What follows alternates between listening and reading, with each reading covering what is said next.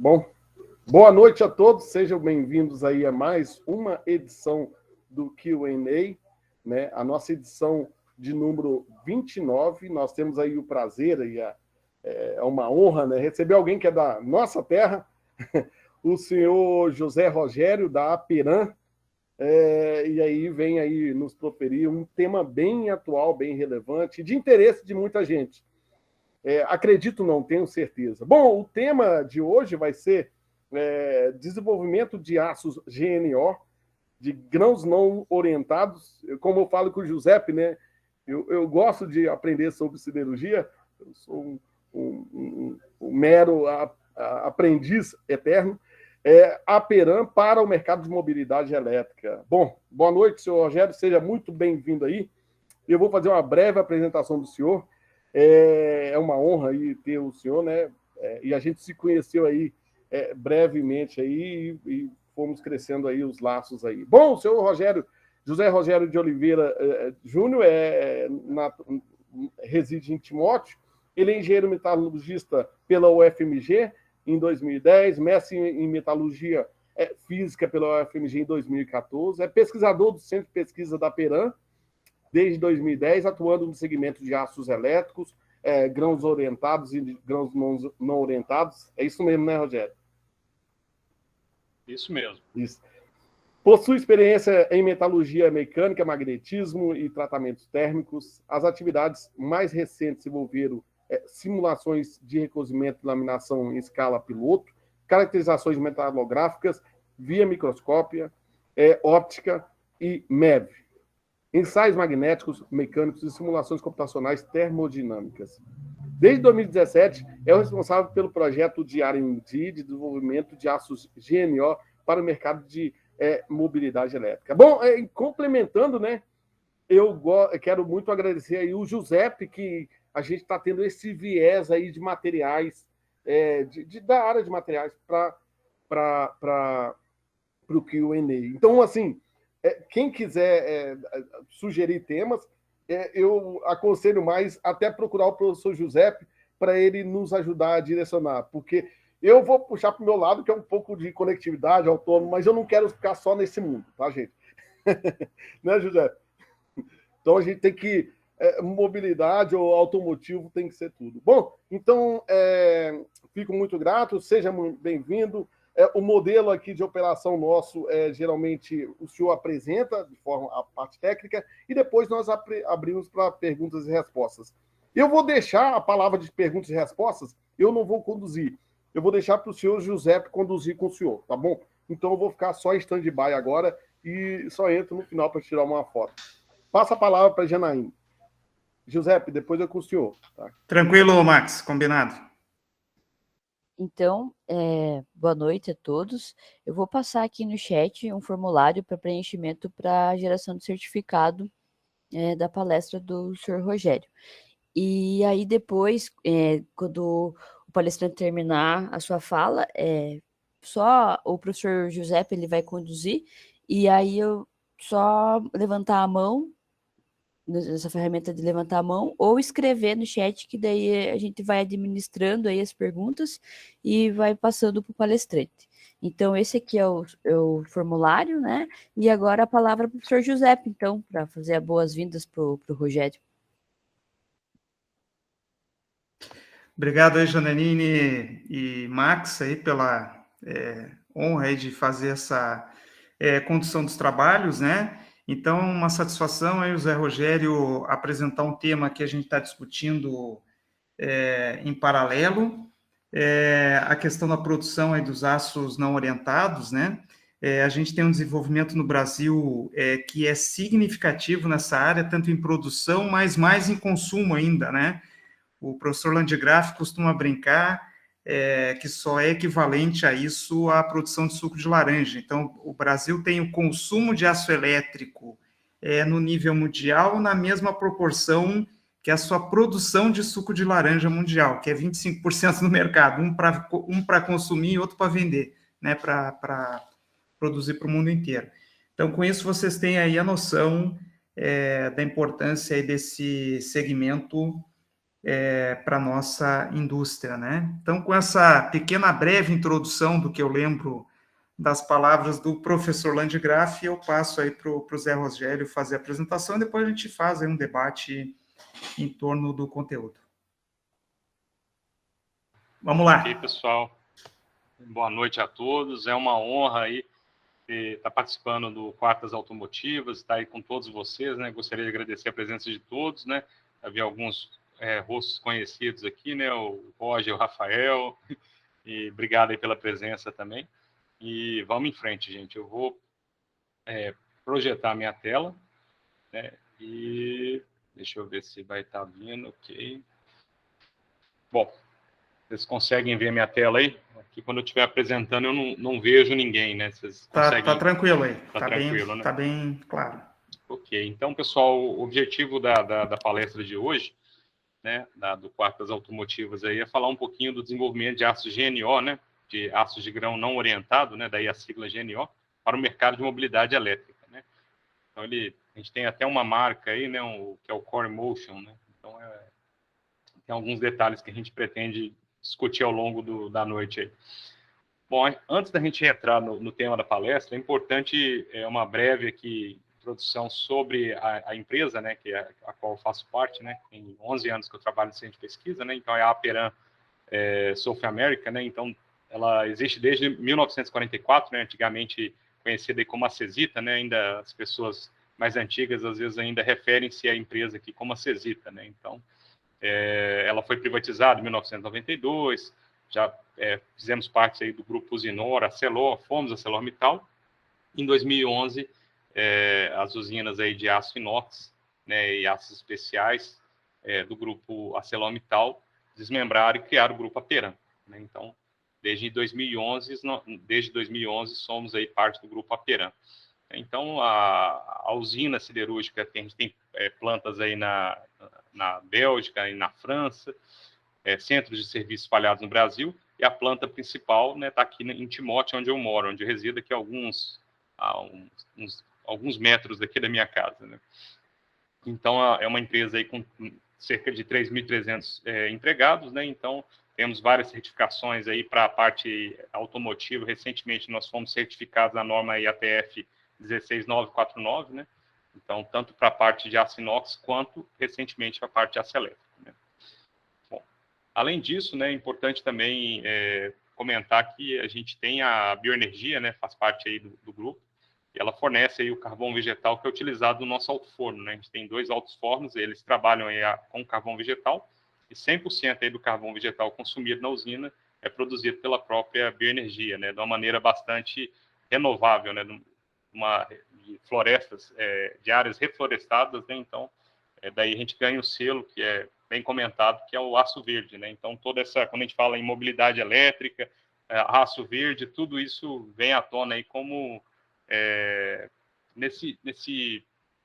vamos dizer, nessa pegada de sustentabilidade, né, a empresa está bem presente. Bom, é importante dentro da Aperam, né, a gente tem aí alto forno, aciaria, laminação a quente, laminação a frio, área de acabamento, e temos o centro de pesquisa, do qual eu faço parte, né, eu tenho, como eu comentei, 11 anos de centro de pesquisa.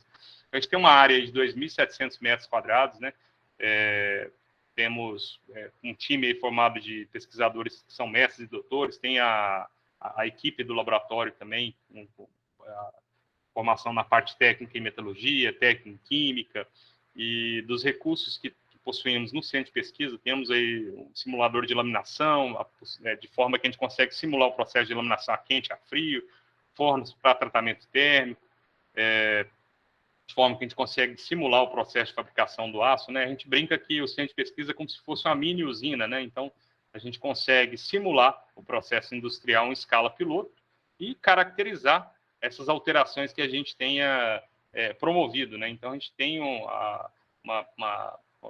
N ferramentas na mão para a gente desenvolver e alterar. A gente consegue alterar espessura do aço, microestrutura, propriedade aí magnética, mecânica. Então, a gente tem bastante ferramenta nesse sentido para desenvolver novos materiais, né? Tanto na parte de aço elétrico quanto na parte de aço inox. Aí. E, além disso, temos difratômetro de raio-x, microscópios ópticos, eletrônico de varredura, né? Temos 2 microscópios eletrônicos de varredura. Recentemente, adquirimos um FEG, né? Que é um microscópio super avançado, né? Que permite aí um poder de ampliação bem elevado, né? Bem significativo, importante para o desenvolvimento dos ácidos elétricos, esse tipo de recurso. Temos equipamentos para fazer ensaio de tração, dureza, microdureza, enfim, né? Então, é um laboratório bem rico, né? Bem montado aí, e com bastante recurso, né, nesse sentido. Bom, os principais produtos, né, que a Aperam produz hoje em dia, né, tem aí a linha de ácido carbono, né, a parte, tem as aplicações listadas aí dos ácidos carbonos, temos os ácidos inoxidáveis, na parte da indústria automotiva, linha branca, cutelaria e etc. E vamos dizer, o objeto da nossa conversa de hoje são os ácidos elétricos, né. Então, dentro dos ácidos elétricos, dentro do grupo de ácido elétrico, temos os ácidos de grão orientado e grão não orientado, né? Os ácidos de grão orientado mais focados na parte de transformadores, né? E a parte os ácidos de grão não orientado para a parte de motores elétricos, compressores, etc. Então, conforme eu já adiantei, né, tem essas 2 linhas aí, alguns exemplos, né, de ácidos elétricos que a empresa já produz há alguns anos, né? E a gente vem desenvolvendo cada vez mais para esse segmento, né? Então, o objeto de conversa hoje é os ácidos elétricos de grão não orientado, né? Conhecidos aí como GNO. Bom, agora entrando na nossa palestra mesmo, eu não sei se você já conhece a imagem, mas eu gosto muito dela. Eu peço até desculpa aí se alguém já viu essa imagem, mas eu acho ela muito interessante, né? Essa imagem é uma foto da manhã de Páscoa, né? Em 1900, a Quinta Avenida nos Estados Unidos, né? Então, na hora que você olha a imagem aí, né, ele pede para você identificar um veículo, né? Na hora que você olha para a imagem, você só vê cavalos e carroças, né? Então, dizem até que na época, os engenheiros dessa época estavam preocupados aí com o manejo do esterco, né, que era gerado e como lidar com essa situação, né? Vocês imaginem a quantidade de carroça, a quantidade de cavalo, a confusão que devia ser, né? Bom, 13 anos mais tarde, né, 13 anos mais tarde, a mesma foto, né, sobre a mesma perspectiva, né, somente com veículos a combustão, né? Então, você praticamente não vê cavalos, né, somente veículos, né? Então, houve aí o que a gente chama de disruptura, né? Mudou, né? Mudou o cenário. Né? E de maneira análoga, né, a gente imagina, né, todos nós aí que estamos acompanhando essa eletrificação no mundo afora, a gente imagina que vai acontecer algo semelhante com os motores a combustão e os veículos, né, com motores a combustão e os veículos elétricos. Né? Se a gente pegar esse gráfico da Bloomberg, ele faz uma previsão que por volta entre 2035 e 2040, a quantidade de veículos elétricos vai superar a quantidade de veículos a combustão. Então, isso aí vai modificar bastante, né, a nossa vida, nosso dia a dia. Né? Vocês imaginem o que isso vai fazer com o mundo, né? O que está fazendo e o que vai fazer, o quanto que vai modificar o nosso modus operandi aí com essa disruptura que vai acontecer. Né? Então, a era do petróleo aí, né, está terminando, né? Segundo o pessoal do Greenpeace, aí, a manifestação que eles fizeram no salão aí, no Motor Show de Frankfurt em 2017. Bom, somado a isso, né, para demonstrar um pouco que a gente pretende conversar, alguns países, né, algumas montadoras já anunciaram aí a data que, a partir daquela data, vai ter o phase-out, né, eles vão interromper a fabricação de veículo a combustão e vai ser somente veículo elétrico. Né, a França anunciou que a partir de 2040, a Alemanha a partir de 2030, e algumas montadoras como o grupo Fiat falou que a partir de 2022, a Volvo, né, algum tempo atrás falou 2019, a Jaguar Land Rover falou em 2020 e o Reino Unido 2040. Né? Então, temos vários marcos aí, né? Então, essas notícias aí, elas podem ter sido atualizadas, né? Já tem algum tempo que a gente fez essas pesquisas, mas, de maneira geral, o objetivo aqui é dizer que está mudando, né? Todo mundo que está acompanhando essa eletrificação no mundo afora deve estar vendo que é uma tendência, né?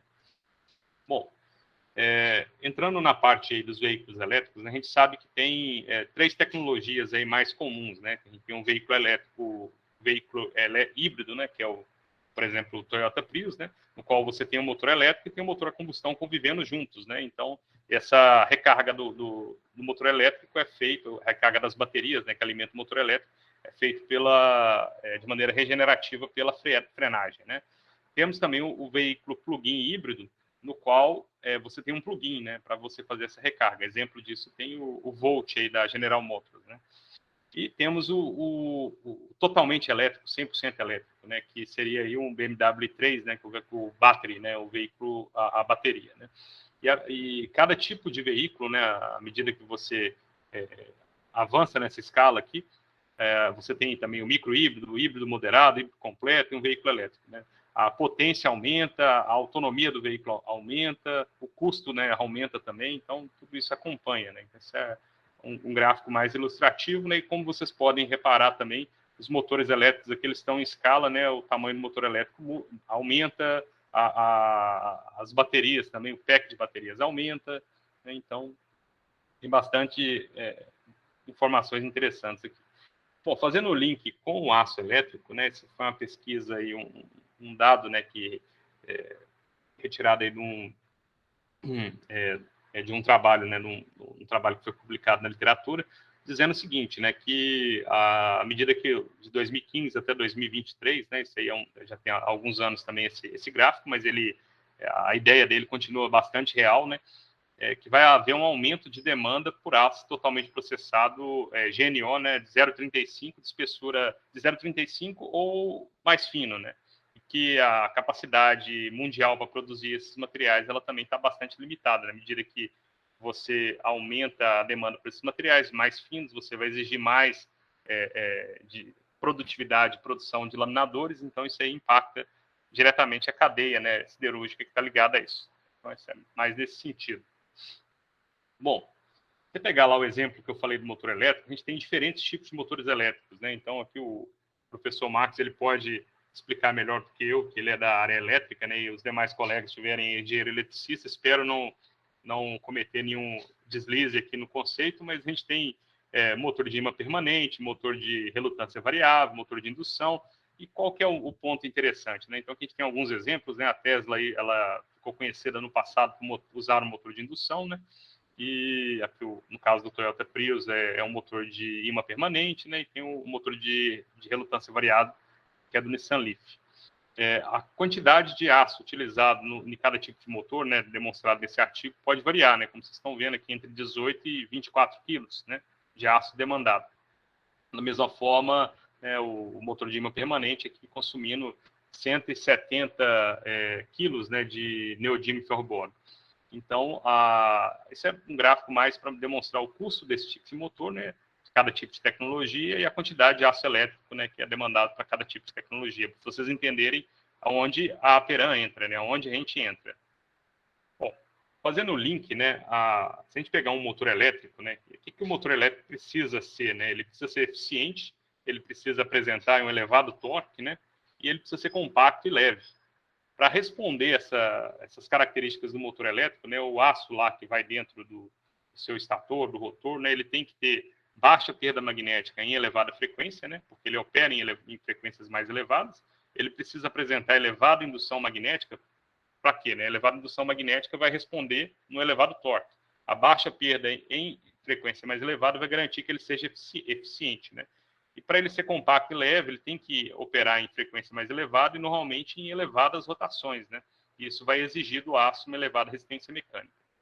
Então, entrando na parte de metalurgia aí, professor Giuseppe, a gente pode explicar um pouquinho como que qual que é a lógica por trás, né, desses aços, desse desenvolvimento, né? Esses dois gráficos aqui, eles são bastante interessantes, né?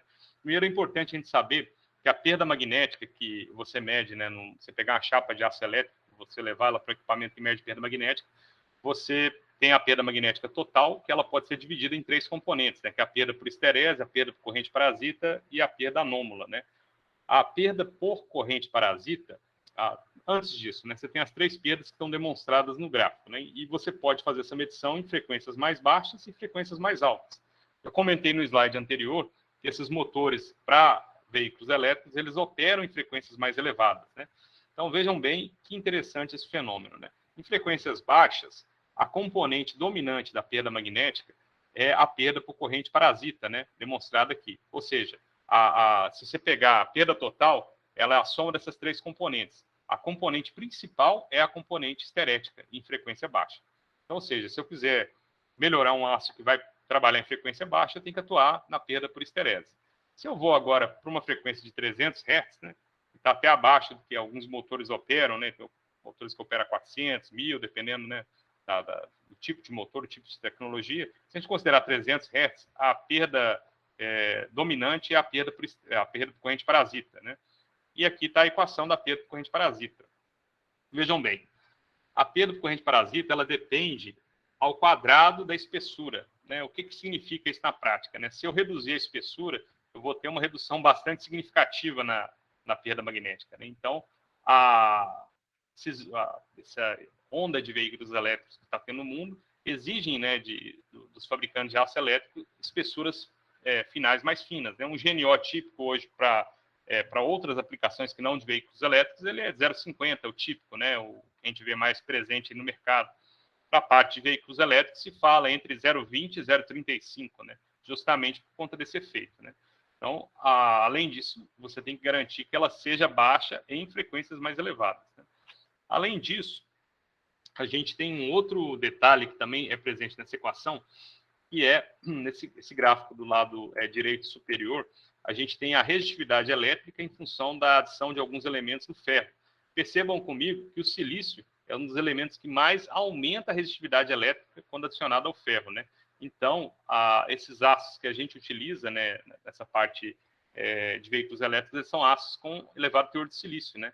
Então, isso aí, porque você reduz a resistividade, você aumenta a resistividade elétrica e, naturalmente, quando você aumenta a resistividade elétrica, você reduz a perda magnética por corrente parasita. Então, novamente, você vai contribuir, né? São duas ações que andam simultâneas. Você reduz a espessura e você aumenta o teor de silício. Aí você reduz a perda por esterese, né? Além disso, né, é importante trabalhar com baixo nível de residuais no aço, né? O aço, quanto mais puro, melhor, né, de maneira geral.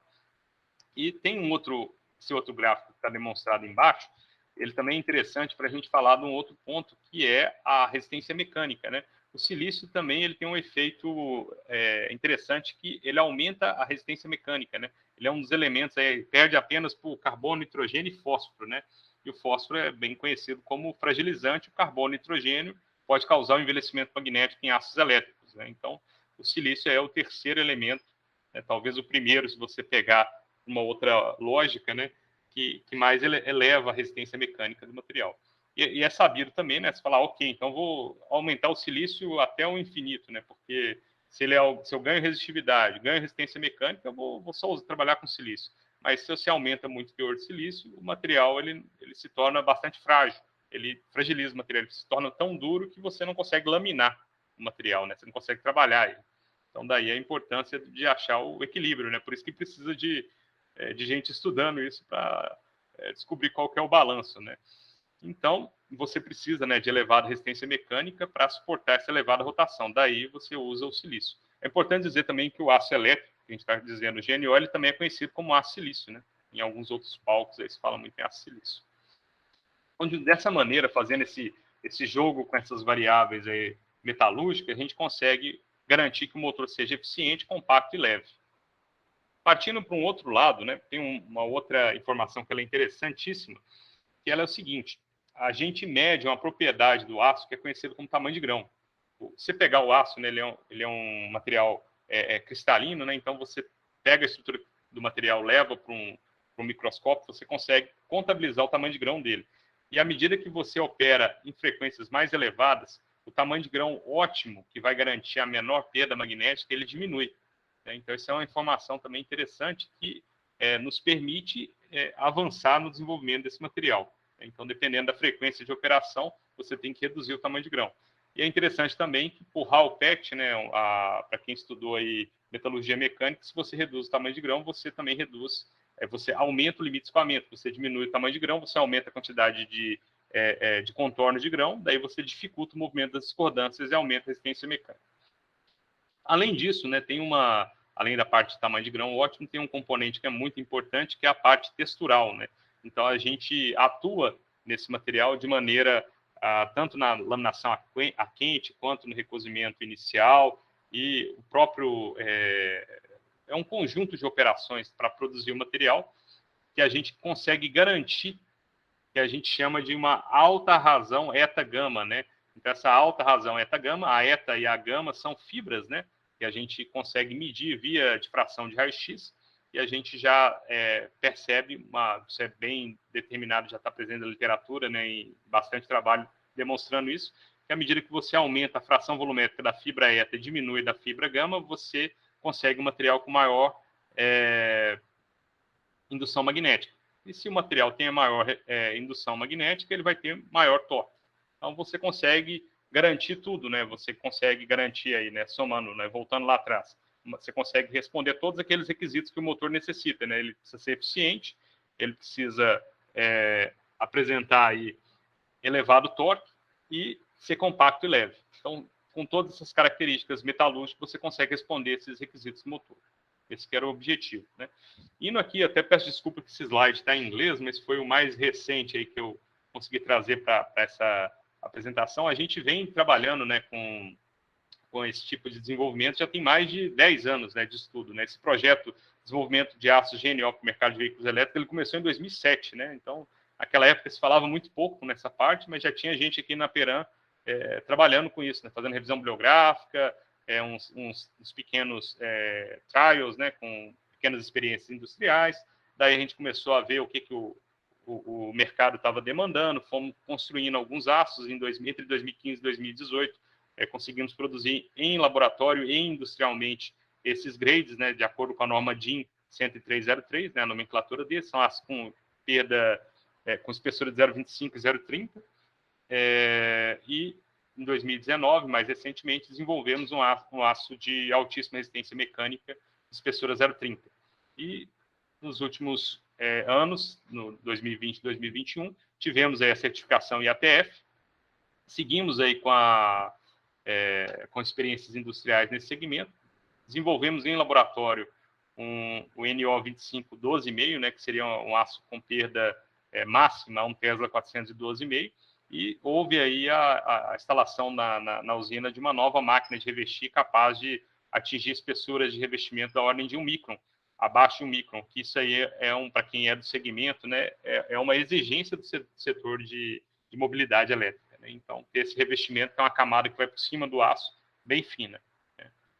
Esses foram os principais ganhos dos últimos anos, né? Indo mais um pouco à frente, né, a gente, em 2018, teve aí a oportunidade de contratar uma empresa para fazer uma simulação computacional para responder a seguinte pergunta, né? Tá ok, ali mostrei os resultados, propriedade magnética, propriedade mecânica, aí vem a pergunta do milhão, né? Fala, e aí, como que é a performance desse aço na prática, né? O ideal seria pegar o aço, colocar no motor, né, e colocar para operar num veículo elétrico comercial. Como a gente não tinha feito isso ainda, a gente contratou, né, uma empresa para fazer a simulação computacional de forma a prever o comportamento do aço em serviço, né? Então, ela pegou um veículo comercial, definiu um ciclo que ele iria percorrer e gerou esses belíssimos mapas de eficiência, né? Comparando, na época, um aço GNO de referência, né, presente aí no mercado europeu, e o aço Aperam. Como vocês podem perceber, né, novamente, eu não sou especialista na parte de engenharia elétrica, mas eu posso concluir, analisando os dois mapas de eficiência, que houve um aumento da região de mais alta eficiência, aqui de 96%, devido ao uso desse aço da Aperam, né? Então, a gente passou todas as propriedades magnéticas, né, todas as curvas de propriedade magnética em várias frequências para que esse tipo de curva fosse construído, né? Então, isso aí foi um resultado bastante interessante para a gente, né, que demonstrou o potencial do material. E a conclusão, né, dessa empresa que a eficiência média dos materiais da Aperam era mais alta do que aqueles que eram presentes aí no banco de dados do Motorcad, que foi o software utilizado para fazer essas simulações em 2018. De maneira semelhante, né, uma outra preocupação que a gente não é só a parte eletromagnética, tem a parte mecânica, como comentei, à medida que o material, o veículo opera em rotações muito elevadas, que nem eu coloquei aqui, está colocado em torno de 20.400 RPM, né, uma rotação elevadíssima, é natural que haja tensões mais elevadas em algumas partes do rotor. Aqui a gente tem um quarto do rotor, né, você tem o estator, tem o rotor, Aqui a gente está analisando o rotor. Você pegar um quarto do rotor, aí você consegue, através de simulação computacional, determinar quais são essas regiões mais críticas, né, que teria esse aumento de... ficaria mais vulnerável, mais susceptível a essa rotação mais elevada. E, na época, eles até acrescentaram uma outra variável, que era a temperatura, né? Então, colocou na situação de extremo estresse, né, que seria alta rotação e alta temperatura. Então, isso aí permitiu a gente fazer uma análise e verificar a potencial e a performance do aço em serviço, né? Então, a conclusão dessa empresa na ocasião é que, para as mesmas condições de operação, o material da Aperam e o material de referência apresentaram aí um comportamento similar, né, em termos de tensão de von Mises, né, que é a forma que é avaliada por meio desse software. Bom, mais recentemente, né, temos aqui até um colega da E3S na reunião, a gente chamou para conversar a E3S, né, e passamos para ele o desafio, falando um pouco diferente do que a gente tinha feito no passado, que era comparar. Falou, peraí, as diferentes topologias que existem, que nem eu citei no início da apresentação, a gente tem um motor de imã permanente, tem um motor de relutância, tem um motor de indução. Falei assim, é possível a gente avaliar entre esses diferentes tipos de motores aí, qual que seria a performance dos aços da Aperam, entre os próprios aços da Aperam, comparar os nossos aços entre eles mesmos e para diferentes tipos de topologia. Então, eles fizeram um trabalho brilhante, né, que gerou um resultado que a gente ainda está digerindo, né, parte dele eu trago aqui. Então, da mesma forma que eu mostrei anteriormente, a gente tem aqui, está um pouco menor, está mais difícil de enxergar, mas eu posso comentar com vocês que esse era o primeiro, né, o motor de referência foi um motor de imã permanente, né, motor síncrono, né, então está aqui demonstrado o motor que foi selecionado de referência. O aço que tinha nele era esse M1929, e aqui estão os 4 aços Aperam, né? Então, você pegar a região aqui de 94%, que essa região que está demonstrada aqui seria a região de mais alta eficiência desse motor, ele saiu desse tamanho para esse tamanho aqui com o nosso NO2514HP. Ou seja, houve um aumento significativo da região de 94%, da região de eficiência 94%. Além disso, ainda emergiu aqui no meio uma nova região com eficiência acima de 96%, né? Então, isso demonstrou para a gente, reforça que o nosso aço ele tem um potencial competitivo, né, frente a outros materiais. Nesse caso, era o material de referência utilizado nesse motor, né, um motor comercial, e conforme as considerações da própria E3S, né, que todos os materiais da Aperam foram mais eficientes aí que o motor de referência, que o material de referência. Além disso, eles trouxeram um resultado que foi muito interessante para a gente. Aqui eu coloquei somente desse exemplo, né, que a gente queria entender qual que era o protagonismo do aço elétrico nas perdas, né, e para essas diferentes topologias. Então, para esse exemplo que eu peguei, que é esse motor síncrono, né, de imã permanente, a gente percebe que as perdas no ferro, né, no estator, representam aí quase 60%, independente do aço, né? Então, ou seja, você tem um aço com maior eficiência, você vai estar realmente ajudando o motor, né? Porque ele tem uma parcela bastante significativa da perda total, né? Então, daí o impacto, daí a importância da gente trabalhar em aços mais eficientes para esse tipo de aplicação, né? E pegando aqui o detalhe, né? Usar um aço, o NO2514HP, que eu estou pegando sempre de referência, que você consegue ter aí uma menor perda, né? Ou seja, ter um material mais eficiente. Bom, quase que por fim, né? Espero não estar estourando muito tempo aí. Que a gente tem um catálogo, né? Que depois eu posso encaminhar o link para vocês, né? Já tem no site da Aperam aí uma menção a aços GNO para alta frequência, né? Então, hoje a gente trabalha com 3 famílias, né, de aços GNO para aplicação em veículos elétricos e híbridos, né, em desenvolvimento, né? Isso aqui tudo está em desenvolvimento, então ainda não faz parte de um portfólio global da empresa.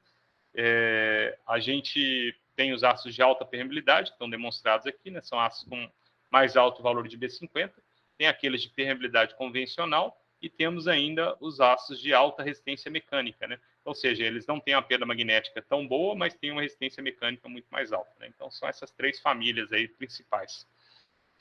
Por fim, né, para as considerações finais aí que eu queria comentar em relação a esse desenvolvimento, e esse que é um desenvolvimento contínuo, né? Esse trabalho, a gente tem ações, né? Tá a todo momento, né? Essa parte de simulação computacional, desenvolvimento do aço, as simulações também experimentais em laboratório, né? Então, a gente busca sempre o ajuste da composição química, o desenvolvimento da textura cristalográfica ideal, a otimização do grau de redução a frio, do tamanho de grão final, permite a gente atingir esses requisitos que eu coloquei, que são exigidos aí pelos motores elétricos, né? Então, é um combinado, né? A gente precisa ter um aço que responda a esses requisitos, né? E a gente, em contato com essas empresas que eu citei, é muito importante esse trabalho de simulação computacional, né, para que a gente consiga prosseguir avançando, né? E agora, mais recentemente, nós estamos aí nos capacitando, né, para fazer, né? Temos uma equipe já trabalhando com isso no centro de pesquisa atualmente, para que a gente possa também fazer as nossas próprias simulações, né? Então, isso aí é um próximo passo aí para ser apresentado aí, talvez, num Quartas Automotivas do próximo ano. Mas, bom, o que eu tinha para apresentar para vocês, pessoal, por hoje era isso. Não sei se ficou claro, se está ok aí. Volta a palavra aí para o Giuseppe, né, que é o chairman. Vou ficar de chair aí, então, Rogério. Muito legal, obrigado aí pela explanação, né? Como eu falei aí, esse mercado que não é o mercado de compressores, né? Que é o nosso grande consumidor nacional, como você colocou, aí a derivada é extremamente positiva, aí pensando no setor automotivo, né?